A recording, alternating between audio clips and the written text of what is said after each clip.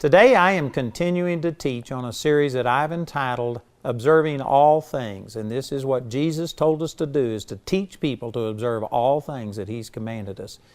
And I've made a criticism of the church that we have basically not been preaching the whole counsel of God. We haven't been taking a stand on moral issues, on things like evolution versus creationism. Most ministers just stray away from this because the people who are claiming evolution claim to have the high ground, that they are intellectuals, they know all of these things, it's scientific, and yet it violates the Word of God.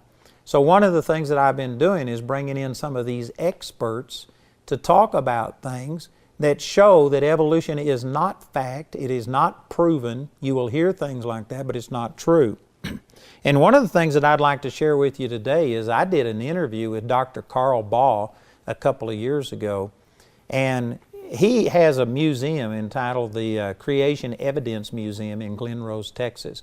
And the reason he located it in Glen Rose, Texas is because he was an evolutionist and he believed in evolution, and yet he believed in God at the same time. And he just somehow or another thought that there was a disconnect, and he was going by scientific data and discounting what the Bible says, the obvious truth of a six-day creation, and he just was going with quote-unquote science. And then he led a, I don't know what the proper term for it is, but a dig, I guess, or some kind of an expedition where he was a teacher and he took his pupils and they went to Glen Rose, Texas, and as they excavated, they actually found dinosaur prints in the rock along with human footprints. I mean, where a human footprint had been stepped over by a dinosaur. And when he saw this, it just blew his mind, and it sent him back to the drawing board. And after he got through studying, he came to the conclusion that the evolutionary model is wrong. And there's a quote in here, I won't try and mention the name of the person, but one of the most famous evolutionists in a debate said that if you could ever put man and dinosaurs together at the same time, it would completely disprove evolution. Well, that's been done. And I want to show you this interview that I did with Dr. Ball. Now, this is a lengthy interview, and this is just a portion of it that you'll be seeing today, but it will actually show you a human footprint and a dinosaur footprint right together. They stepped on top of each other. And there are multiple of these footprints in Glen Rose, Texas, but it's not limited to Glen Rose, Texas. They've also been found in other places. So I think that this will really bless you. And I tell you, the reason I'm doing this, the Scripture to me is sufficient proof for creationism versus evolution. But for those of you who don't believe in the Bible alone, or it's not the sole authority, and you think that there's these facts that prove that creationism is wrong and evolution is right, well then here is some of those facts that will prove evolution wrong, if you would open up your heart and listen to this. I came to Glen Rose because of the human and dinosaur controversy. Built the museum because if man and dinosaur did live contemporaneously, the theory of evolution is bankrupt. This defines and illustrates creation, scientific creation as well as biblical creation. This was discovered in the spring of 2000. We excavated 7 human footprints in that same vicinity. Here's the human footprint with the great toe, second, third, fourth little toe. There's been compression in the human footprint because then the Acrocanthosaurus dinosaur stepped on and intruded into the human footprint, pushing some of the consolidated mud up into the human footprint. We ran this through spiral CAT scan at 2 professional facilities. The compression density is under the human footprint, under the compressed material, under and around the dinosaur footprint. That is genuine. Here we have man and dinosaur not only living at the same time, but interacting in this footprint. I want to know what the real facts were. That's the reason I established the museum. That's the reason I came to Glen Rose. Well, let me go back to one of the points that you made, and I don't know if you can say this concisely or not, but the Noah's flood is really the explanation for so much of the stuff that the evolutionists say about dinosaurs. Yes. Because they believe that this happened millions and millions and millions of years ago. But you are saying that with the pre-flood conditions, Yes. that animals, plants, like I saw in a previous video of yours, that you filtered the light and let only that one wavelength through and put a higher pressure, and plants would grow astronomically Yes. big. That's been demonstrated in the secular literature. Matter of fact, you've got a footprint right over here I'm looking at. That tell us about this footprint. Oh, yes. Well, everything was larger in the past. In the pre-flood world, I wanted to know why dinosaurs got so big. I wanted to know why lepidodendron, which is a lycopsid club moss, that today gets 16... Now, would you say that again? Oh, okay. What was that? You're talking about a plant or an animal? A plant, lepidodendron, the fossil lepidodendron in the fossil record. Are you speaking English? Yes. Okay. Is a lycopsid club moss. We grow them today, but they get 16, 18 inches in height. But in the fossil record, they got up to 120 feet tall. Wow. How could things get so big? Everything was larger in the past.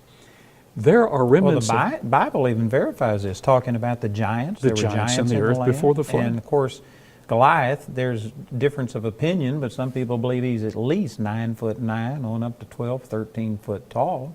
That's in the Bible. Let me tell you a story. We have a footprint. Now to the controversy at Glen Rose. That's what brought me here. Mm-hmm. I had heard and did not believe that there were human footprints with dinosaur footprints. I still held to long age. So I came and directed that excavation. And my mentor said, all you have to do is excavate one original dinosaur footprint. Well, I assimilated the team. I did excavate that dinosaur footprint. But the team said, let's keep going. So we did. Over the course of 4 days, we had excavated, at that point, 19 dinosaur footprints. And you just found these in the rock fossil layer along The Paluxy River. Biloxi River. Well, And I knew where to Glen start. Rose is where? Tell everybody where. Glen Rose is southwest of the Dallas-Fort Worth Metroplex, about an hour and a half southwest. And dinosaur footprints have been known, and there was a report that human footprints were among them, but I didn't believe it. Because, according to evolution, the last dinosaur died out 64 million years ago, and the first human didn't appear even in primitive form until 2.5 million years ago. Oh, really? So And that's a variation of 60 plus million 60 years? plus million years. And sophisticated man didn't appear until a few tens of thousands of years ago, according to evolution. And I held to that, even though I held to it in a creation sense, a progressive creation sense. But I was wrong. Like a theological evolution, that God Well, caused it to happen over long periods of time. The theistic evolution, that God caused it, but he used evolution, but then there was another form of it that I had accepted at that point in time, and that was progressive creation. That God, and some people still hold to this, that God created each life form, but he did it over vast periods of time. Created a life form, he let that settle in, and later he introduced another life form, let that settle in, and finally he said, I've got this just right, so he created man. And I held to that. But as we peeled back these layers of rock, and I delicately excavated through the clay, there was a human footprint 17.5 inches from a dinosaur footprint. And that blew my mind. Now, you discovered this, or was Yes. had it already no, been? I discovered it. You unearthed it. Oh yes, and took the team and I. They did most of the work, and I got the credit. You You were leading the. Oh yes, and directing it, and they were very happy to be a part of it. They peeled back the limestone, and then I delicately excavated through the clay to the next layer beneath. And then I continued the excavation, and there were 4 of these prints. And I called the press, and I expected them to come down in a few days. They flew down by helicopter. The next morning, I went to the airport to fly out of town. And the front page of the newspaper, Fort Worth Star-Telegram, said, "Track Step-on Evolution." Front page. And they reported this. What was the date of this? That was early April, or late March 1982. So I had to accept it, but I didn't sleep for 4 days and nights because it completely skewed my paradigm. It blew my mindset. Even though I was a creationist, I still held to the long ages. So we're back to the biblical record. And there were giants in the earth before the flood. We have a footprint from the Luders Formation. That's out in West Texas, north of Abilene. That's the Permian Basin. I got relatives live out there. All right. And according to evolution, that hard sandstone of the Permian Basin is about 230 million years old. Well, now, earlier I said on your program that according to evolution, man didn't appear until 2.5 million years ago, even in primitive form. And in sophisticated form, he didn't appear until a few tens of thousands of years ago, according to evolution. A footprint, in fact, a series of footprints, well, we have one of them. A footprint was found in that Permian rock. We took that to laboratories, 2 separate laboratories, and ran spiral CAT scan analysis, reading through the rock to determine if the print is genuine. You see, back during the Depression, at about the time I was born, a man named George Adams verified the human footprints. They had been found by Charlie Moss in 1918 when he returned from World War I. Now this is out in West Texas, Permian No, Basin? back to Glen Rose. So putting these 2 stories together. Okay, gotcha. In Glen Rose, the dinosaur footprints had been found, and then the human footprints had been found by Charlie Moss. Now that was prior to your excavation, so had you heard of this? I had heard of it, but didn't believe it. You didn't believe it? I discounted it. Because it didn't fit your evolutionary model. No, it didn't. So a man named George Adams learned that he could cut human and dinosaur footprints out of the river and sell them for $200 during the Depression. That was a lot of money. Yeah. Still is a lot of money. So he found another way to do it. He was good at what he did. Under a shade tree, he carved about 6 dinosaur footprints and 2 or 3 human footprints and sold them. And they were pretty good. But when a genuine dinosaur or human footprint is discovered, if you take that into the laboratory, the compression density made when that creature, man or dinosaur, stepped in the mud, the compression density creates a factor that the lines are more dense, and it shows in the rock. They're compressed. Right. Not only under the print, but as the foot moves beside and ahead of the print. So we took one of his carved prints to the laboratory. No compression whatsoever. But everything I'm going to show you with the footprints here, we've taken to the laboratory. Every one of these footprints has compression density under and to the side. They are genuine.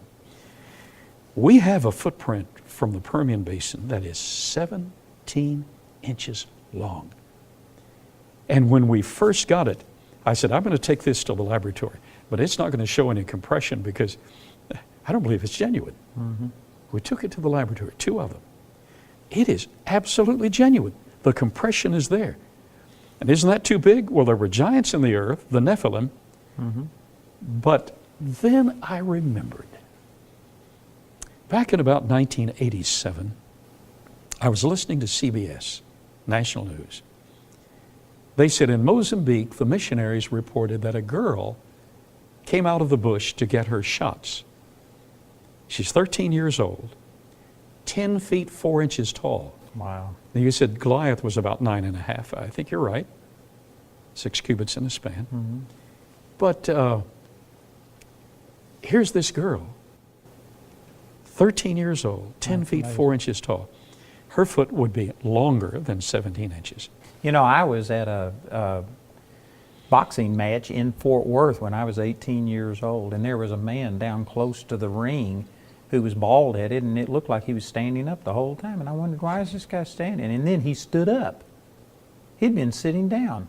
Oh my. And he was a giant, and I ran down and stood next to him, and he was called the Corn King Giant. I don't know if you ever heard of him here in the Dallas-Fort Worth area, I didn't. but there was a Corn King, some product, and he promoted their product. And I stood next to him, and my eyes came to his belt buckle. He was 9 foot 9 inches tall, and I stood next to that man. So I know that those things can happen. And I'm looking at this footprint right here. And even though most people would say that that couldn't be true, you've had that scanned on it. Oh, yes. And the compression is there. That is an accurate footprint. And let me just go back to one thing that we said at the very beginning of this, that if man and dinosaurs were supposed to be separated by millions, over 64 million years. If they were supposed to be separate, what does that do to evolution if you can put a human footprint with a dinosaur footprint? I'm glad you asked that. Dr. Ernst Mayr, considered the world's leading evolutionary biologist, Dr. Ernst Mayr of Harvard, said in a debate with Dr. Duane Gish, a leading creation scholar, member of a Nobel laureate team. Dr. Ernst Mayr laughed in the debate, and he said to Dr. Gish, the creationist, if your friends along the Paluxy can actually, Paluxy River, Glen Rose, Texas. That's where we are. That's the reason this museum, that's the reason I selected Glen Rose. The Dallas Times Herald a few years ago wrote a front page article stating, Glen Rose is the scientific battleground of the nation. Meaning that if we can literally prove that man and dinosaur lived at the same time, evolution is destroyed. So Dr. Ernst Mayr said in that debate, public debate, if your friends along the Biloxi River, Glen Rose, can actually prove that man and dinosaur lived contemporaneously, he said, Dr. Gish, that would devastate our entire theory of evolution. We would have to start all over again. Amen. And he admitted that. Amen. And it does. This week I'm interviewing some scientists, and I'm having them present these things from a totally secular standpoint.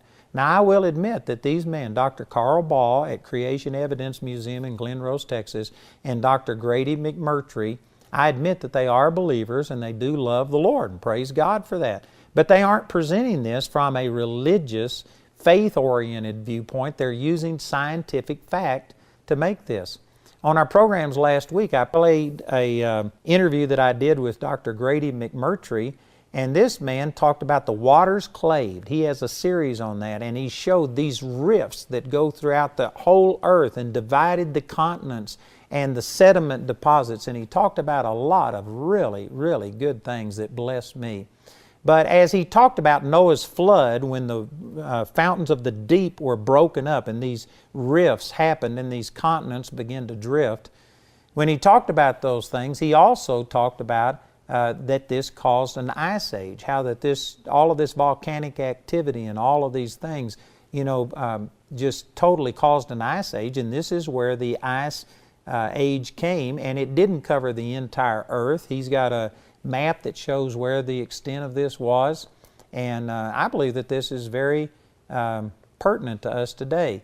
Much of the global warming debate and stuff is, again, using an evolutionary model, believing that the earth is fragile and all of these kind of things, and Dr. McMurtry will go back and show you the extent of how far the ice age used to extend, how that there has been a warming trend and different things, and this will apply to a number of different things that we're dealing with today, and I think it'll really bless you.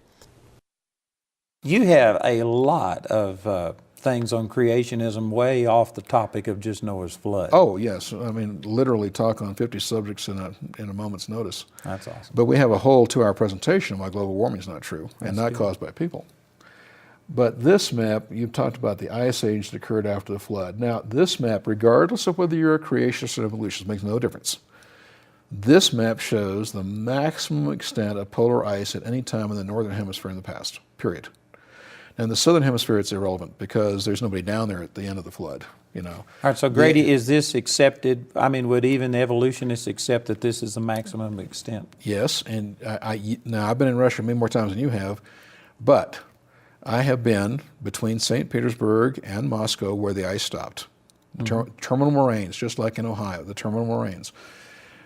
Think about it. This map shows you the maximum extent of polar ice at any time in the past, regardless of whether you believe in creation or evolution, right? And you will notice the ice only gets as far south as the Canadian-U.S. border, except for the area right around the Great Lakes, basically, and New England. It covers sea ice, Greenland, Iceland, of course. It covers Ireland, Scotland, England. Covers Scandinavia, smaller portions of northern Russia, but again, the ice never got as far south as Berlin. The ice never got as far south as Moscow. And of course, this map also shows us how the people came from the Tower of Babel experience and got to North and South America. They simply walked.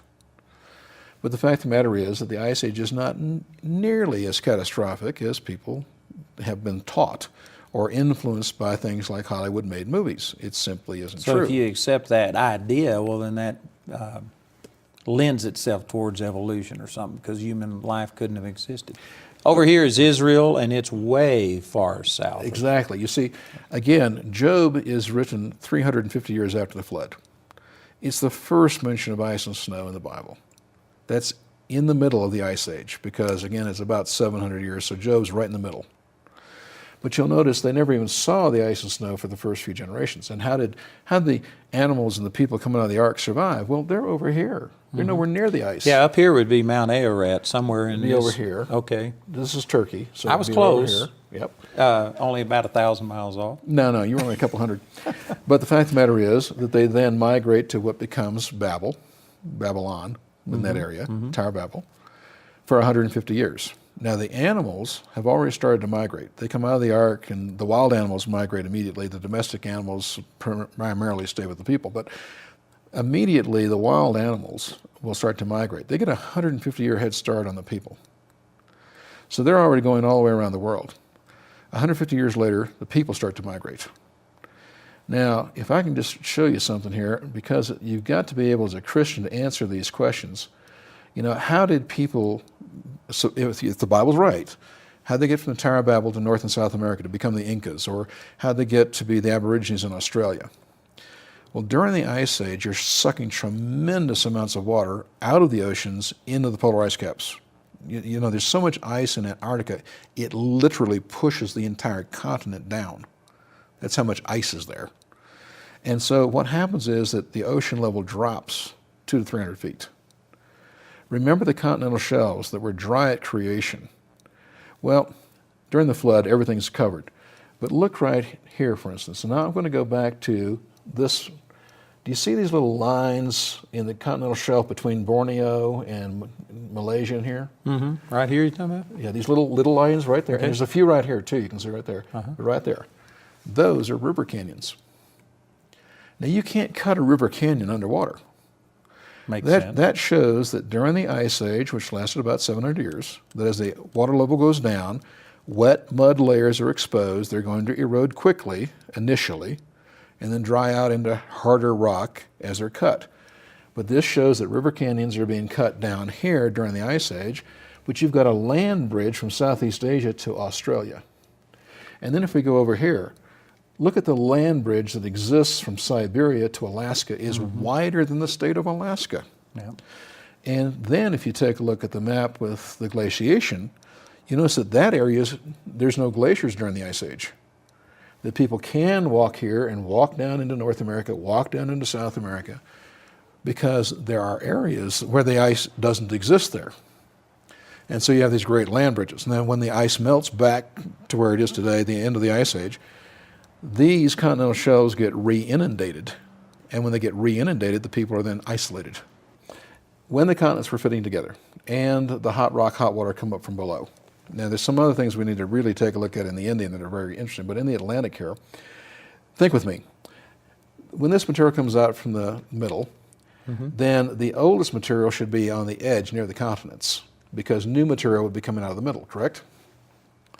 Right? Say that again. Okay. I'm not sure I got you. Well, new material would be coming out of the middle, Right. but as they're moving apart, that means the older material should be at the end near true. the continents, Right.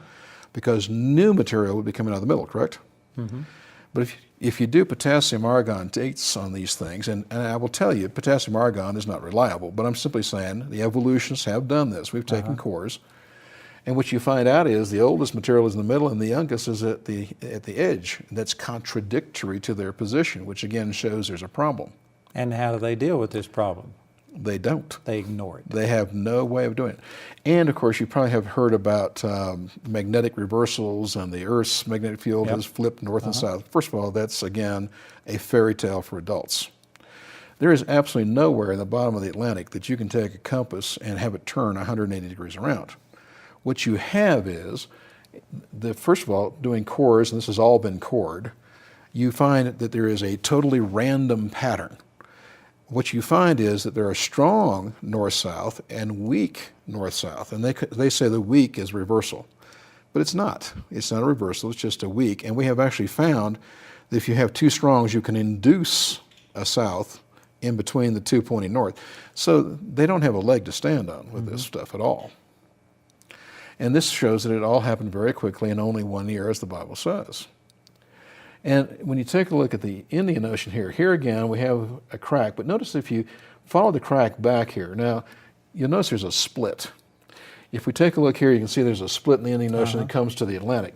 But if you go to the Indian Ocean, you have a split going east and west, but if you follow that crack north here, it's just one crack, goes to about the equator, turns about 45 degrees northwest, goes towards Saudi Arabia.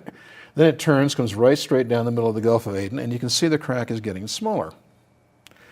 But it then turns and goes right straight at the bottom of the Red Sea from the south to the north end, getting smaller. But here at the north end at Eilat in Israel, that crack turns and goes right straight up to the Jordan River Valley. It goes right straight through the Dead Sea, right straight up the Jordan, right straight through the Sea of Galilee, right straight up the River Jordan, and starts here at Caesarea Philippi. So is that the end of this crack? So that's where it begins.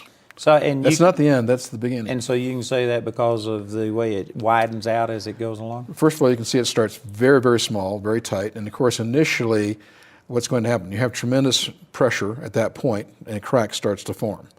And it forms what is going south there, the Jordan River Valley, today. Turns, forms what is today the bottom of the Red Sea, and then comes out here. At that point it is now underwater. Remember, there's 1 mile of water there now. And then that crack comes out, goes here, and it actually goes all the way around the world. We'll take a look at it in the Pacific too, but it's 40,000 miles long. Wow. It's called, altogether, the entire unit is called the Mid-Oceanic Ridge. But I said that there was a sea 1 mile deep here, and then there was a mile of water that came up from below, correct? What's one proof of that? Well, first of all, you can see it here, obviously.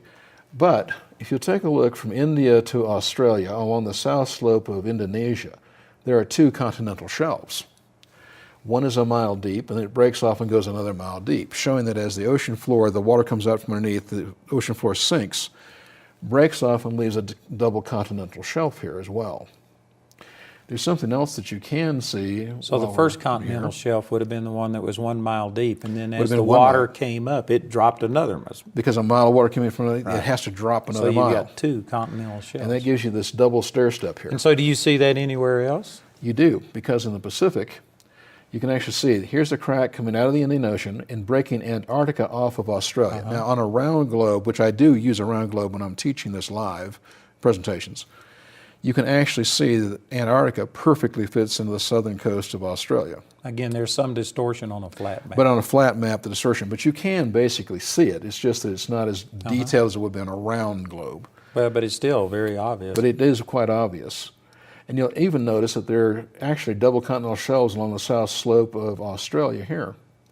But the crack goes out across the Pacific, comes up along the coast of California to Alaska, through the Aleutians, through Kamchatka, Japan, the Philippines, comes across New Guinea, out to Samoa, turns 90 degrees at Samoa, goes right straight through New Zealand and meets itself again here. Now, is there a significance that all of these ridges and stuff are connected worldwide? They show that it was one occurrence Well, versus it shows multiple? a lot of things. It shows being one occurrence. And again, you mentioned double shelves. Well, you'll notice that from the Gulf of Alaska along the south slope of the Aleutian Islands to Kamchatka, you have that two-step staircase. That there's a continental shelf 1 mile deep, then it breaks off and goes another mile deep. But the same is true here from Kamchatka past Japan, the Philippines, China, and Vietnam here. Also, though, if you'll notice, Andrew, the western continental shelf of New Zealand perfectly fits the eastern continental shelf of Australia, and you can see where there's a crack here and stretch marks, where New Zealand moved rapidly away from Australia at the time of the flood as well. Now, of course, this from here in the Baja all the way around the Pacific here and through New Zealand is a part of the Ring of Fire, the volcanic Ring of Fire. But of course, there's another crack that comes down along here through the Andes that's part of it as well. But you'll notice all these little dimples and dots north of the equator here that are underwater. Those are 20,000 underwater volcanoes. We'd mentioned about how there were so many thousands of volcanoes. But you have some like the Hawaiian Islands that actually stick out of the water after the flood. But there are thousands and thousands of volcanoes that are underwater. And we can see so many things with this. Now, this is a map of the entire world showing the entire extent. You can see it starts at Caesarea Philippi, comes down the Jordan, down the Red Sea, out the Gulf of Aden, splits here in the Indian Ocean, going around the Pacific there. There's another crack that comes here up the Atlantic. And you asked about where does it end? Well, there's the end, right there, when it hits northern Russia. It goes sort of past the North Pole. And as I like to say euphemistically, it runs out of steam when it hits northern Russia. But all these things are clearly visible if you're Now, simply again, the allowed to see distortion them. of a flat map, is this the same point as over here? Well, what this is, see, it comes up here, curves past the North Pole, because the North Pole is not on here. Goes up, curves past the North Pole, and ends there. Okay. That is the end of it right there. All right. And That's of course, amazing. the significance of starting at Caesarea Philippi is beyond belief. Well, I was just going to say that, you know, this is prior to the nation of Israel and stuff, but yet everything is established in the heart of God.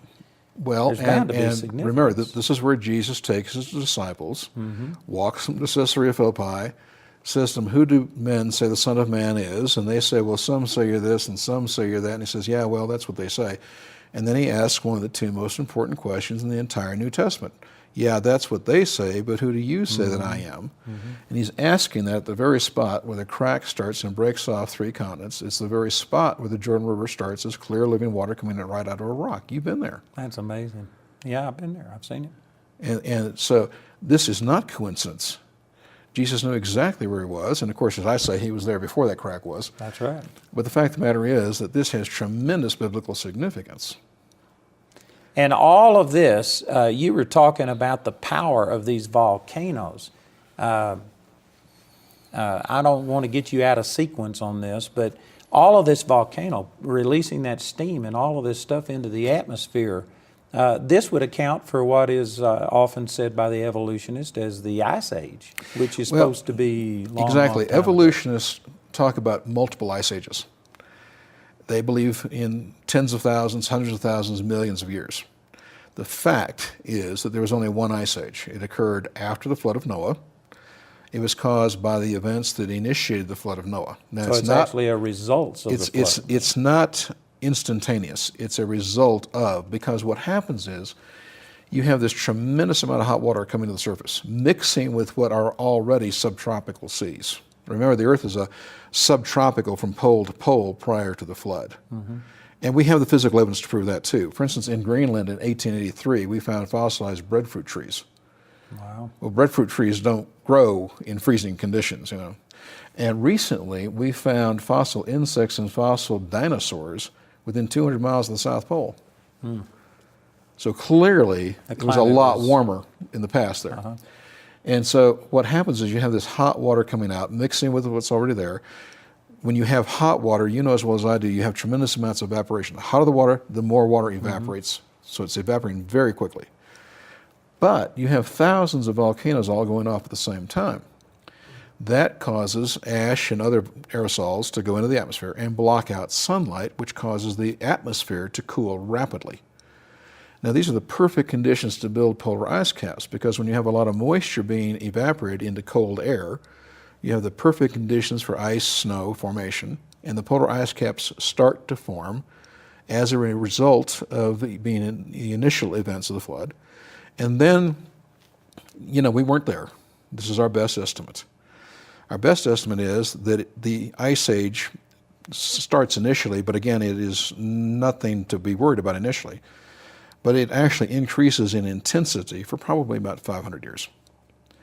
This would be past the time of the man Job. And the first mention of ice and snow in the Bible is in the book of Job. And then, because the volcanoes settle down, the ash comes down by precipitation or gravity and so forth, the sunlight starts to come back in, the polar ice caps melt back to roughly where they are today. And so the whole thing lasts perhaps around 700 years. Now this would be during the time of Abraham, wasn't he? Oh, absolutely. Abraham's a young man at the time that Job's alive. So, the book of Job is written basically 2000 BC. Abraham would have been a young man at the time. And, of course, Job's life. And so, yes, this is, from a chronological standpoint when it's occurring. Now, here's a total layman asking a dumb question, but I bet there's a lot of other people watching this whole thing. Most people kind of consider that the Ice Age was like worldwide. Well, and unfortunately, as I tell people, never get your education from government-run television, National Geographic, Discovery Channel, Animal Planet, Hollywood. The animated movies and the other movies that Hollywood has made in recent years about ice ages and catastrophes of that sort make you think the Earth becomes a big snowball. But that's simply not true. Well, it couldn't be if Abraham and the things recorded in Scripture, continued on. That Right. wasn't during an ice age where they were. Well, let's take a look real quick. This is a graphic just to show, again, how the hot water coming out from below would allow the continents to move rapidly. Mm-hmm. Now, Guyos in the Pacific prove, again, that the ocean floor sank rapidly 1 mile at the time of the flood. But here's a chart showing some relatively sized volcanoes of the past, and I do a whole presentation on Mount St. Helens and the rapid formation of the Grand Canyon. That's 1980. It produced 1 cubic kilometer of ash. But if you take a look at Krakatoa, the sound heard around the world in 1883, it produced 18 cubic kilometers, 18 Now, times I've the never size of Mount heard St. any of Helens. these things. Probably many of our viewers haven't. But I guess all of this is documented. Oh, yes, sir. Okay. Now, Krakatoa is in Indonesia.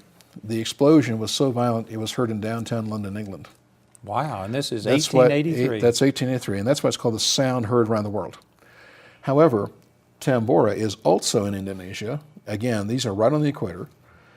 In 1815, it produced 80 cubic kilometers of ash and ejecta.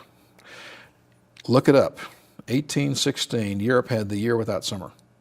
It snowed in all 12 months of the year in Europe in 1816 because this one volcano cooled the earth so rapidly that in 1 year we have snow in all 12 months in Europe. Now, when you say Europe, what part are you talking about I'm specifically? talking about the entire European So that continent. would have been London, Berlin, any of those places? Yes. Wow. And, well, it can get much bigger and much worse than Well, that. I've been there in the summer, and I guarantee you, for it to snow all 12 months of the year would definitely be a different climate Well, than we Mount have now. Pinatubo in the Philippines, again, near the equator, erupted in 1991. It dropped the Earth's temperature, atmospheric temperature, 1.3 degrees in 1 year. Again, this just shows you the power of volcanoes to cool the Earth. Now imagine what happens if you have thousands of volcanoes all going off at the same time. You're going to get an ice age. And we know, for instance, the super volcanoes that occurred at Yellowstone and other eruptions were even much larger than this. And of course, this is what's happening at the time of the flood. We have super volcanoes erupting, thousands of other volcanoes erupting. So what would you say at the time of the flood? How many volcanoes? We don't even know. Hundreds? Well, You're there's talking about? in the area of 30, 40,000 on Earth today. The vast majority of them are older. Some are new, of course. Well, this may be off the subject, but here's a question for you that I bet you can answer. This whole thing about global warming and stuff, if all of this ash was thrown into the atmosphere and stuff, and yet the Earth recovered in a relatively short period of time, doesn't this suggest that the Earth has a mechanism to be able to adjust and to handle these things, and it's not out of control? Well, I appreciate that, Andrew. I have 40 pages in my book on why global warming isn't true and not caused by humans. Mm-hmm. We can't cool the Earth and we can't warm it, either one. But the Earth has a mechanism to be able to handle whatever's thrown at it, like these God volcanic has put in eruptions. mechanisms to handle this, and the two things that drive climate and weather change on Earth have nothing to do with humans. Mm-hmm. Sunspot activity on the sun has been documented to be perfectly in line with what happens with climate and weather. And the second thing is volcanic eruptions. But that's our fluorocarbons that are affecting the sun. Nope. Of course, People can't answer that, can they? No, and of course I go into things like that, including if we're causing the polar ice caps to melt, why at the same time are the polar ice caps on Mars melting? Mm-hmm. It's not us, it's variations in the sun's activity. We've been talking about the flood of Noah, and we have shared some things that are just profound. And Grady, I want to just make this point. We were talking off camera, but there's a lot of evolutionists who believe in evolution because it's a convenient theology. It makes them not accountable to God. And I can understand that, and there's a bent on it, but the facts aren't there, so they just choose to believe it. They choose to believe it. But what gets me are Christians who embrace it, and whether they call it theistic evolution or whatever, just because I guess they are intimidated into believing that this is absolute fact, and they just haven't examined the facts. And those are the ones that I'm really hoping to reach with these truths that you've been presenting, because evolution and the Bible are not compatible. They are 100% incompatible. That's right. And they do choose to believe it. As we said, a religion of convenience, a way of saying that I can lead a sinless life without Christ. It's a justification for every kind of immorality that they want to practice. So it is a philosophical belief. It is not a scientific belief, because science simply disproves evolution. And this would probably offend the evolutionists, but I've offended a lot of people, so I don't mind doing it. But it really is senseless, because the facts don't support it. Well, all one needs to do is simply use the argument by design that Paul used in Romans 1, for instance, St. Augustine of Hippo used 400 years later, and so forth. The argument by design, that when you see design, you know there's a designer. Mm-hmm. Now, if you can look at a comb, which is a one-piece machine, mm-hmm. and see design, how can you not look at biological life and realize it takes a designer to create it? If we were to land on Mars and they found a house that was built, which isn't a living organism, it's nothing complex like any of the stuff that we're talking about. But if you found a house on Mars, I guarantee you everybody would be saying there's life on Mars, because it couldn't just evolve. It wouldn't have doors and windows, and that's an inanimate object. To see all of this life and believe that it evolved without somebody designing it is senseless. It is not intelligent. Well, that's because, as I say, the belief in evolution is irrational, unreasonable, illogical, and unscientific. It is. And so Christians who believe in it, who aren't believing in evolution because they want to escape God or accountability to Him, it has to be just because they haven't been informed, I would think. What has happened is the church has not done a good job of teaching creation. They've not only done a lousy job at teaching creation from a theological standpoint and show why it's so important to the Christian faith, they've also failed to teach the science, because somehow or another they think science is foreign. Well, the fact of the matter is that the single greatest scientists who have ever lived have always been Christians and creationists.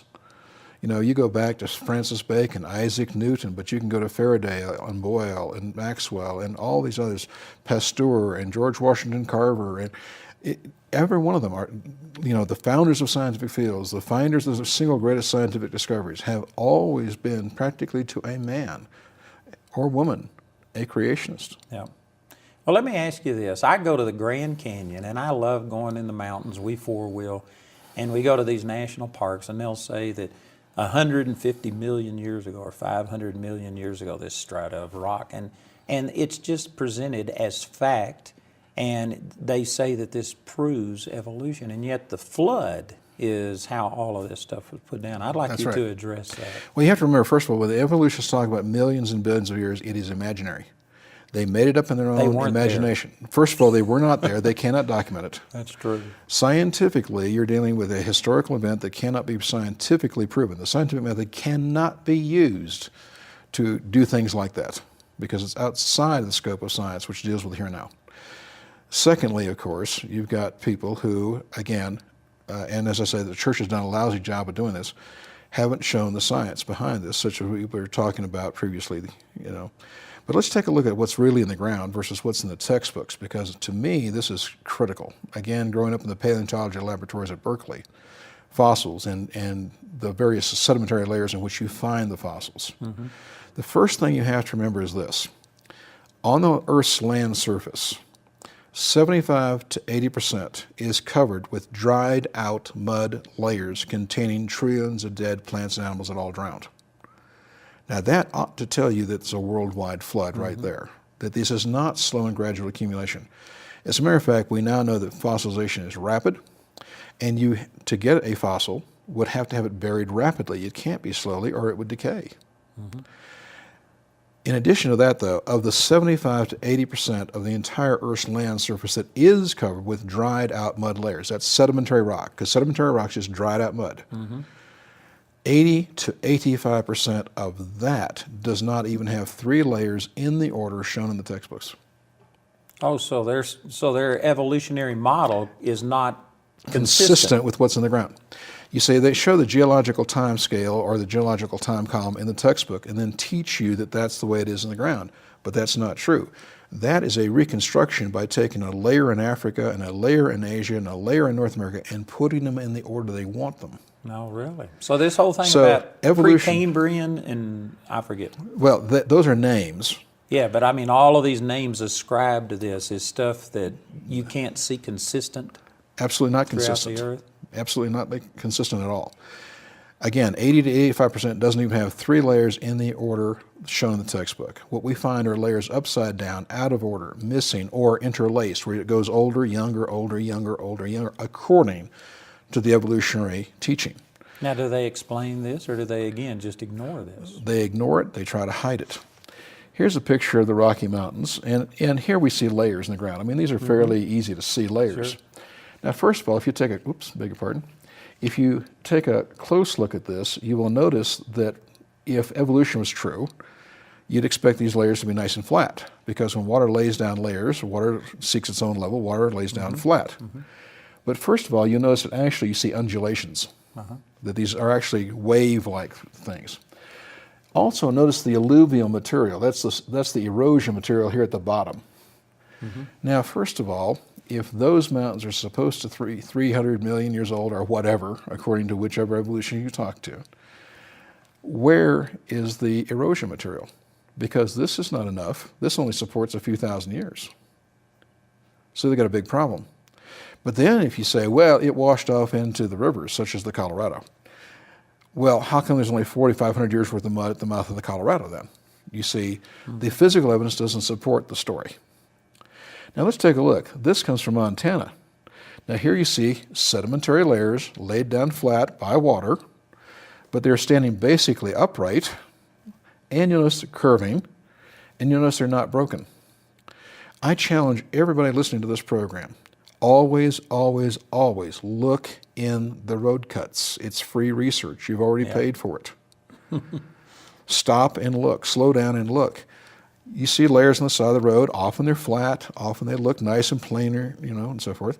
But if you just keep looking, you'll see undulations. You'll see sometimes they'll turn and meet another at a 90-degree angle.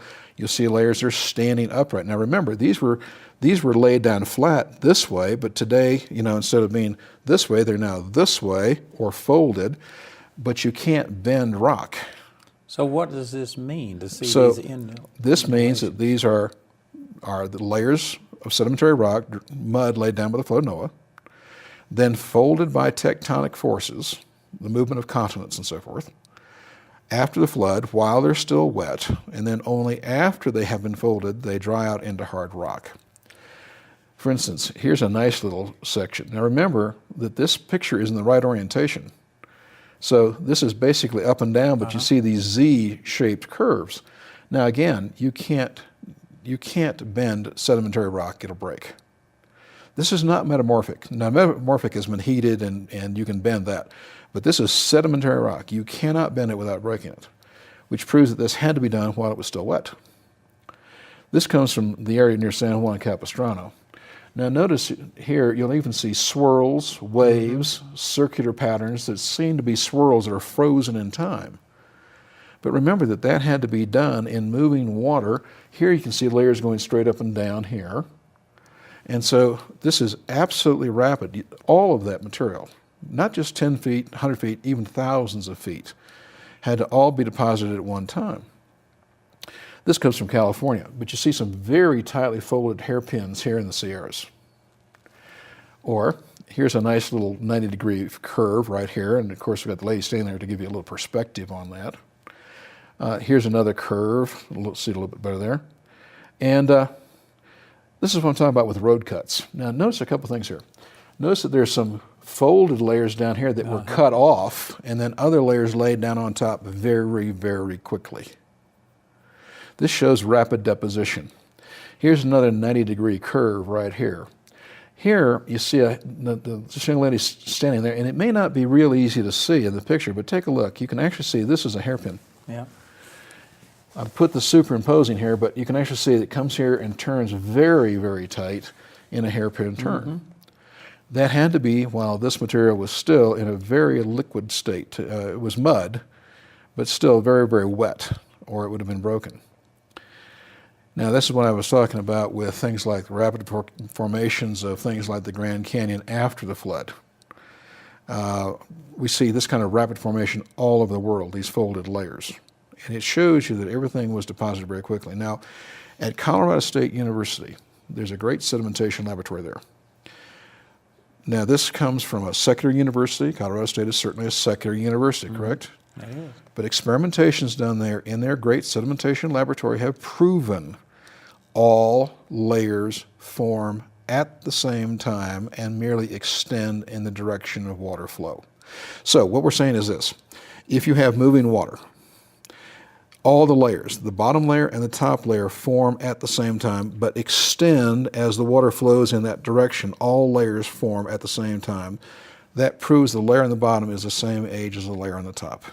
Now, if that is accurate and if that's proven, that disproves evolution. It disproves evolution. It shows that what we have are fossils in the ground, yes, dead animals, dead plants from the flood of Noah buried in wet mud layers. But these layers are often out of order, upside down, backwards, but these layers all formed at one time. Now, again, this comes from the Ouachita Mountains in Arkansas and Oklahoma. You can see sedimentary rock layers standing straight up. This is outside of Denver on I-70. I've seen that. But think about it. Those are, look at all those layers had to come into existence at one time. The entire thing had to be Okay, folded. so this was laid down by water. Had to be but laid then down what this way by pushed it water. up? And then the folding, tectonic forces folding layers, forced that entire thing to come up. And this is again near McCoy in Colorado. Again, you have these tightly folded layer or tightly deposited layers here, but again, they're staying practically straight up. Now you can see these different layers, and so this is what, wave after wave of sedimentation? Well, coming? it's either reoccurring waves or it's again all at one time, with again all of them being simply deposited by the movement of water in one direction. Well, I may not be sharp enough to catch what you're saying, but I've seen mountains where you see the different colors.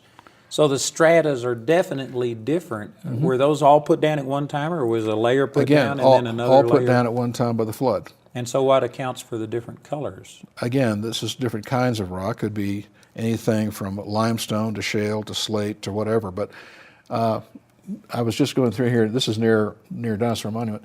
Notice that 90-degree turn at the top of the mountain here, but other layers over here folded in a different way. This is an S-shaped mountain and so forth. Now, I want to get down to the Grand Canyon of northern Arizona. Well, those are great examples right there. Well, that's just these are wonderful things, but That's beautiful. this is Arizona. This is called the Wave. Yes, I've not been there, but I've seen it. And here you see a tremendous, this is not even the best picture I've got of it, but this is just a tremendous area where you see basically every kind of sedimentation you can in one deposit. You have folding, you have interlacing, you have shearing, you have cross-hatching. Basically every kind of sedimentation all in one spot, showing that it all happened very, very quickly. Now, this is an area in New Mexico. Again, you notice here just dozens and dozens of layers that were laid down flat, folded, but then after they were folded, they were sheared off at the top, and another layer folded, or deposit, excuse me, on top, going in another direction. Now, what caused that? Again, this is the flood. This is where currents in the water are moving in different directions. This is as the waters rise and come down, because you've got 300 days of, 150 days of waters rising, 150 days of it going down. You have tidal tsunamis, which after some layers have been deposited and start to fold, then have been sheared off by a tidal tsunami. These are all called turbidite deposits, meaning they're all deposited underwater. And let's take a look at the Grand Canyon. Notice right here. Now, here in the Grand Canyon, this is a close-up of the red wall limestone and the Cambrian Muov layers down here. Notice that they are interlaced. That is to say that they are mixed. You've got one, then another, going back and forth, showing that this was not the clean-cut thing that evolutionists say of different ages, but in fact was simply, as these water currents are moving, depositing one layer of material that's dissolved someplace and then another one here, and as the currents are moving back and forth, different layers are being deposited in this order, showing that, again, this is not consistent with what evolutionists claim. And at the Grand Canyon, we actually have layers that are missing. For instance, there's 140 to 160 million years missing up here, 10 million missing up there, according to evolutionary thinking. And so the fact of the matter is that sometimes we see very, smooth, flat lines, but there's 10 million years missing. Now, think with me for a second about this, because it's very important. When you look at these layers in the ground, such as the one you see right here, think with me. If the one was deposited and another one was deposited later, there'd have to be some period of time during which each layer was exposed before the next layer was deposited on top, right? Mm-hmm. Why are there no soil horizons between them? Now, what's a soil horizon? Where some of the rock had eroded into soil. Okay. Why are there no V-shaped erosion marks? Because if these had been exposed, rain falls on it, erodes a V-shaped erosion mark where water is cutting into the rock.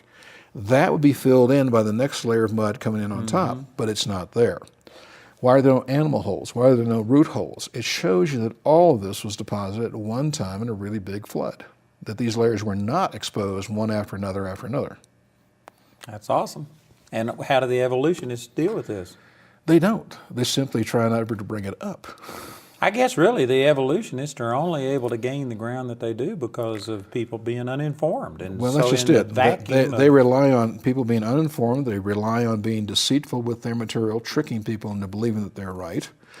They censure science. They censure good science, and only show you that which can be interpreted using their explanation.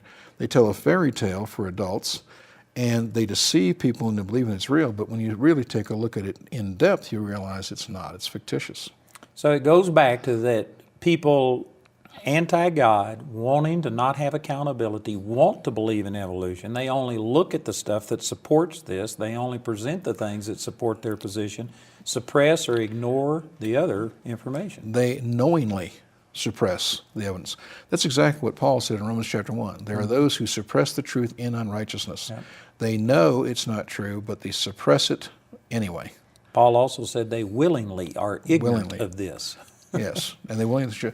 And then we have what are called polystrate fossils. Now, polystrate fossils where we find tree trunks, for instance, growing straight up and down, supposedly, according to evolutionists, and yet what we have are trunks up to 80 feet long, have no roots, no tops, they're just tree trunks, fossilized, but sticking through many, many layers. And these layers represent hundreds of millions of years. Supposedly they represent hundreds of thousands to millions. And so how did a tree stand through all of those years of deposit? It's impossible. I have a collection of these from all over the world. At Cookeville, Tennessee, the Kettles coal mine. There's a 30-foot long tree trunk. Its bottom starts in coal with no roots. It goes through a middle layer of sedimentary rock, and it ends in a coal seam at the top, but there's no top. So here's a 30-foot long tree trunk penetrating 3 layers.